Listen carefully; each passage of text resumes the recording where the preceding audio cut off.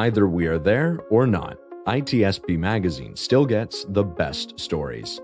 There are plenty of conferences and all sorts of events that spark our curiosity and allow us to start conversations with some of the world's brightest minds. In person or virtually, we sit down with them at the intersection of technology, cybersecurity, and society. Together, we discover what the synergy of these three elements means for the future of humanity. Knowledge is power, now more than ever.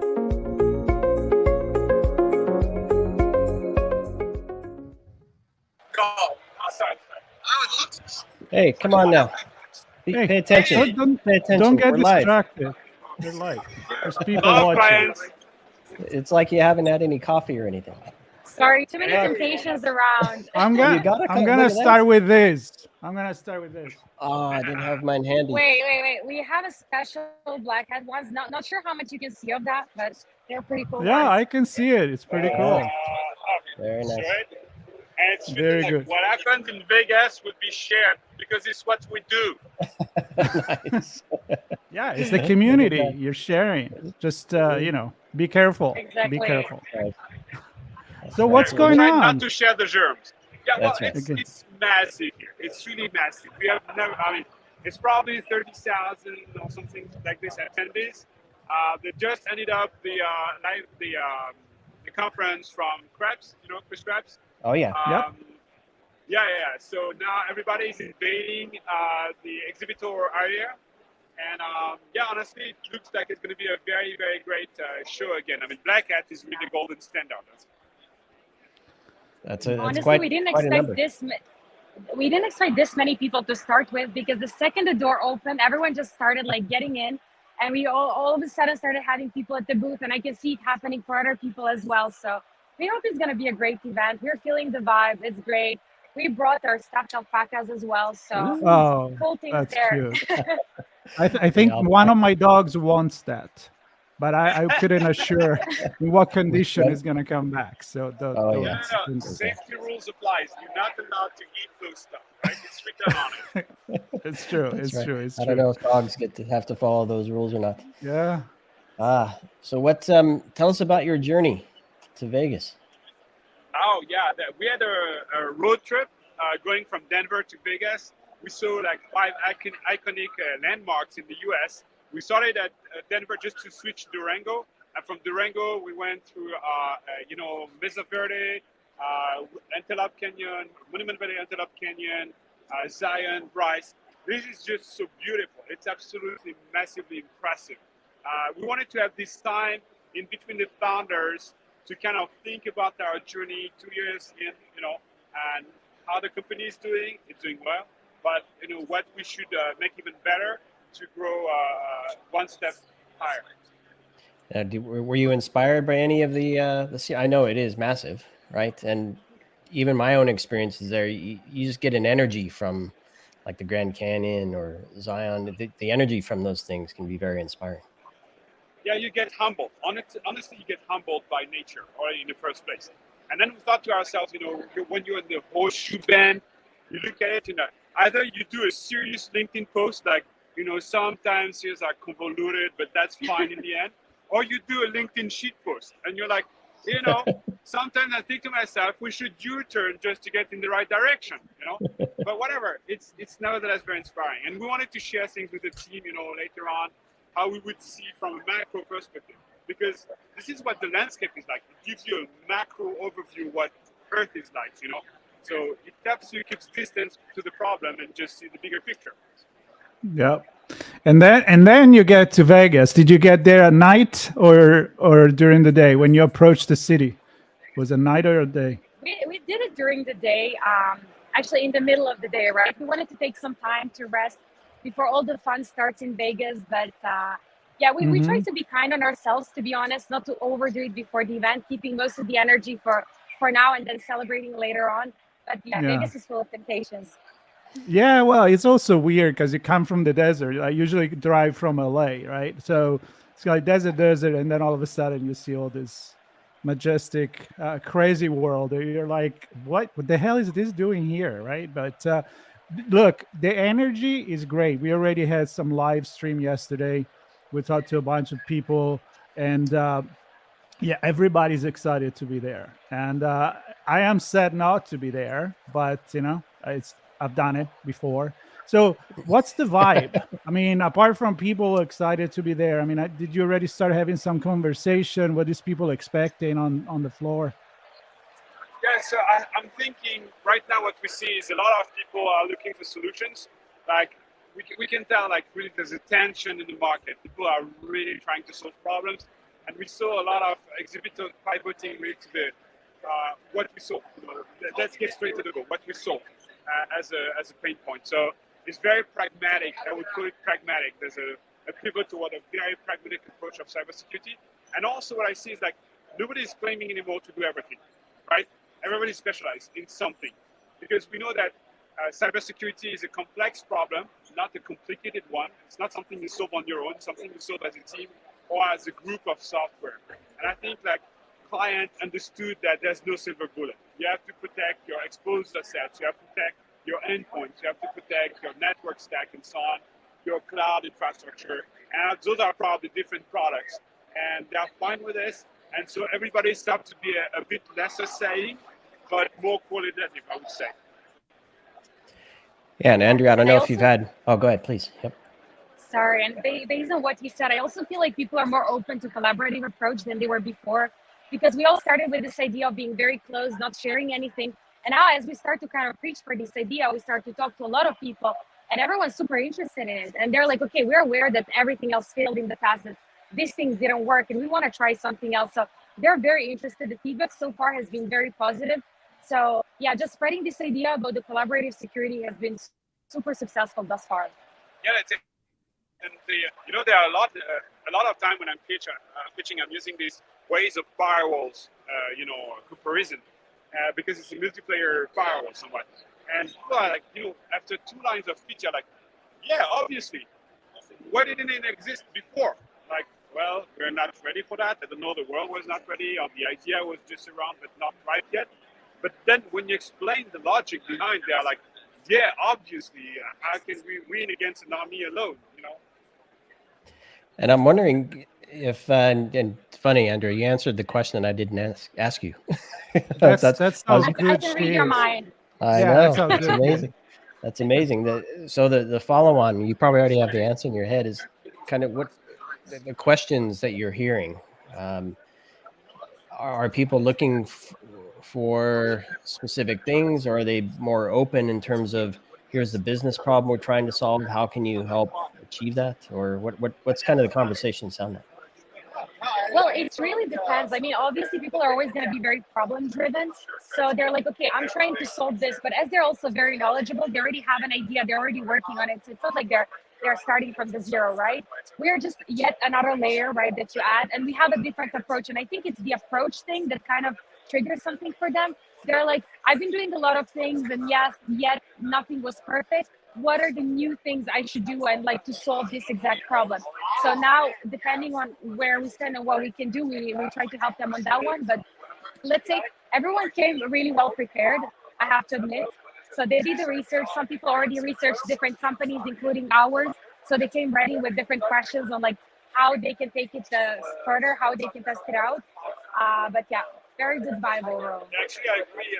There's something about the level of technicality the question has that shows that the global stage is more mature than ever before. I mean, sometimes we were in a rush to hire and stuff, and people were not that good at their job. Now here, the people we see are extremely mature and know exactly what they're looking for and what is the difference between this or that product and that or that approach. And what is also interesting is like I felt many people open to like younger companies and new vendors, because they already heard about the big players and they either love them or not, but they're very interested in new technologies. We're based in the innovation area where all the small companies are, and we see a lot of traction here and people just showing interest in different projects, wanting to know what's the new thing on the market rather than just like going for visiting larger companies that they already know about and they've heard about many times. Yeah, that's definitely, there is that vibe all over. I mean, all the conversation we had about before, like the talk on the Black Hat, they were all about sharing, intelligence sharing, community sharing. You don't want to do the job from start. I mean, that's the power of the community. Are you already talking to researchers that are interested in the product as well, apart from companies? Are you connecting with the community? Yeah. Actually, funny enough, yesterday there was a VIP party, sort of, and I met some PhD guys that are actually digging into different problems in different directions. So yeah, there are researchers for sure. There are also a lot of students that are, funnily enough, looking for guidance. How should I build my career? What is the best path? What should I do first, and so on. And one of my answers would be like, know your seat, right? It's a starting point of how to understand the machine, how it works, and what you can do wrong and how. Then you will go after toward Python for efficiency or whatever. But learn your C, know your C, because you will understand how a machine works. And then climb the ladder, do your pen testing, then do defensive security, and become a CISO or whatever. But very interesting to see all this new blood flowing into the industry. And can you give me a sense? It's probably early there still to kind of get a feel for big picture yet. But are there a lot of younger folks there? Not necessarily talking age, just in terms of analysts and practitioners versus managers versus CISOs. What's kind of the maturity level? Yeah, everything. I also think that the fact that there are multiple security events happening at the same time, having B-Sides, DEF CON, and Black Hat really brings very diverse audience. So to be fair, most of the interactions I had were not with C-levels, were more with people that are very hands-on, not necessarily early in their journey, but very hands-on. They could be like security engineers or researchers, well, not necessarily managers either. And they're very technical. They go straight to the point. They have very concrete questions. They came from all around the world just to see what's happening in the epicenter of cybersecurity this week. So yeah, I would say it's very diverse, and it's also due to the fact that there are multiple events. So it's not purely kind of, let's say, business audience, or let's say more business audience that will be here, but rather people that are focused on different stuff that are attending also DEF CON and these sites. That was one of the surprises I had, actually, just to double down on what you said. It's like, usually in this kind of fairs, there is it's business oriented a lot. And here, I'd say on most booths, you'd have 2/3 of technical people, rather than opposite to like 2/3 of business people, which is very interesting because it shows that the audience is more mature, technically speaking, than business oriented. So you have to really show a strong value, a strong upside to what you're offering, technically speaking. You just cannot come with a bold claim saying whatever crap in business. You really need to be hands-on and say, my stuff is protecting exactly against this. And I think that's what expected from the crowd here. Well, that's definitely a level of maturity, right, Sean? I mean, when you have somebody that comes at the booth that they know, I want to say exactly what they need, but they kind of have a more clear idea than just, I don't know, I need security, right? It's like, that was used to be the conversation years ago. So here's the game I'm doing today with everybody is I want to know the buzzwords. And I know it's a little early. A new game. Jeez. It's a new game. So now I only shot coffee. It's not going to be alcohol, but any buzzword that you already hear, maybe on, I don't know, on the billboards? What's the word of the day? But definitely, what I saw the most so far is EDR. Like everybody is EDR, and if you look at the top 10, top 10 sponsors, top 10 sponsors is definitely all of them put AI. AI is everywhere. If you look at the top 10 sponsors of the Black Hat, not one of them doesn't have AI in whatever speech they have. I'm not entirely sure what they are doing AI-wise, but you know. But there is AI. Oh my! There is always AI, almost as much as blockchain, right? Hey, we don't do any AI. This is our differentiation, right? Yeah. That's right. Yeah. No AI there. I was going to ask, and I don't know if I'll make this a game for everybody or not, but has there been anything that made you smile? Either you saw some connection happen, or somebody just really resonate with something, either for yourself or somebody around you in the community? Something that really struck you as, wow, I'm glad I got to experience that. Well, honestly, like for me, the brand recognition, because yesterday we met people from Brazil and they've heard about the project. They knew what we do. So it was very impressive. And same happened when I went to the party later in the evening. So definitely like brand recognition and the way people react to collaborative security, because as we're introducing something new, especially in cybersecurity where people don't trust by default, it's always kind of a risky game when you try to be the first one doing something, but people are accepting it really well. They're positive towards it and they want to know more. So yeah, it definitely made me smile a lot these days. And it keeps making me smile that I see like six of my teammates having their hands full and talking to people right around. Yeah, what I loved is yesterday I was at the party and a huge tall guy came to me and he was like, I know you're specialist in cybersecurity. I'd like to discuss with you. I'm like, yeah, sure. And I'm sent by the Angolian government from Angola, right? And we want to create a cybersecurity infrastructure, but I'm not taking it seriously because I'm young and Angola is not a major market. And like, do you want to talk to me? I'm like, of course. I mean, the more the merrier. We're a community, so if people are taking Angolan government, yeah, be my guest. We'll help you guys. And it's like, oh, really? But yeah, I mean, we are not just looking for the top 500 Fortune, whatever. It's just the more the merrier. And you know what? The people are taking the 500 are also sometimes the same one as taking the Angolan government, whatever. So, if you join the crowd, it's good for us, good for you. So yes, definitely will help you. It was like, whoa, I was not expecting that.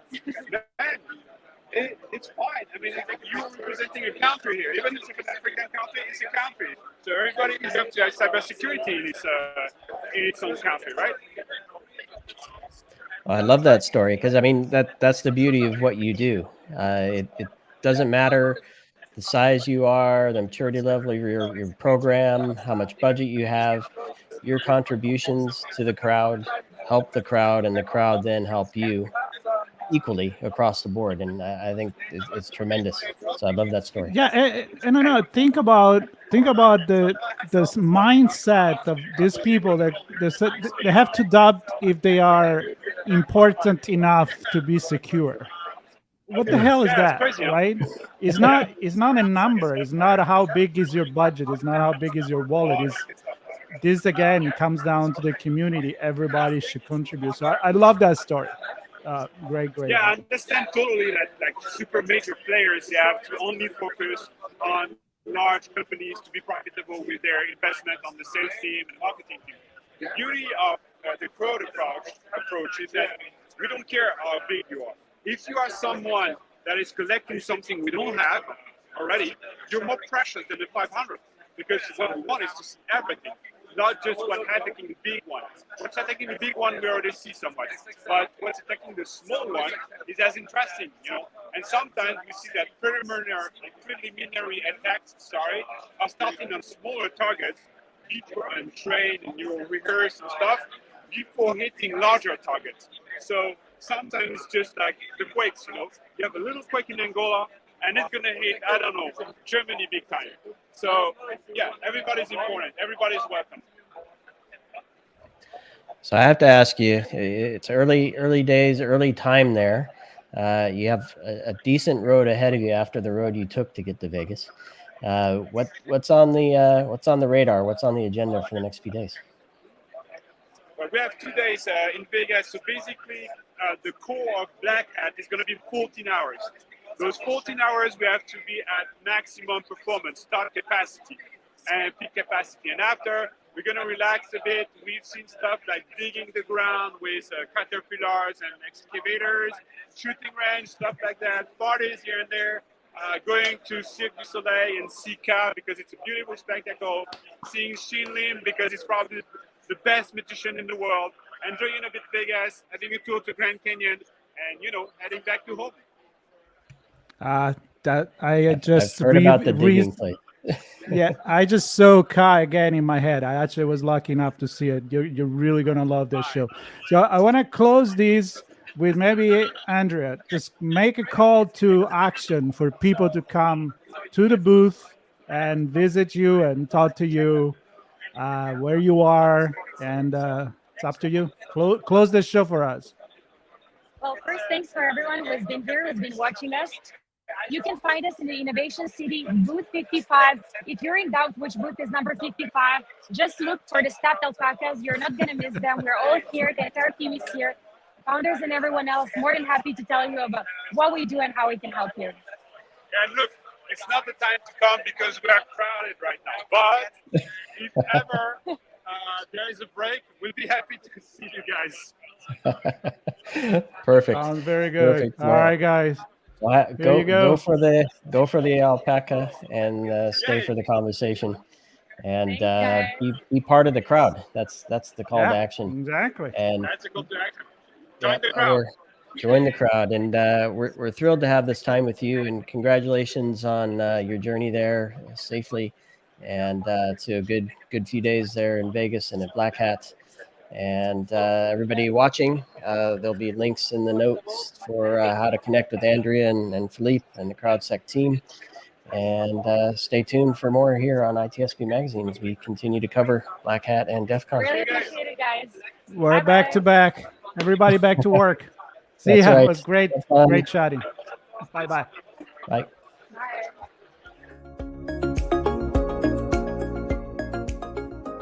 We hope you enjoyed this episode of our on-location conversation.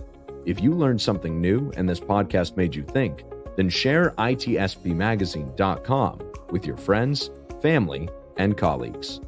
If you represent a company and wish to associate your brand with our conversations, sponsor one or more of our podcast channels. We hope you will come back for more stories and follow us on our journey.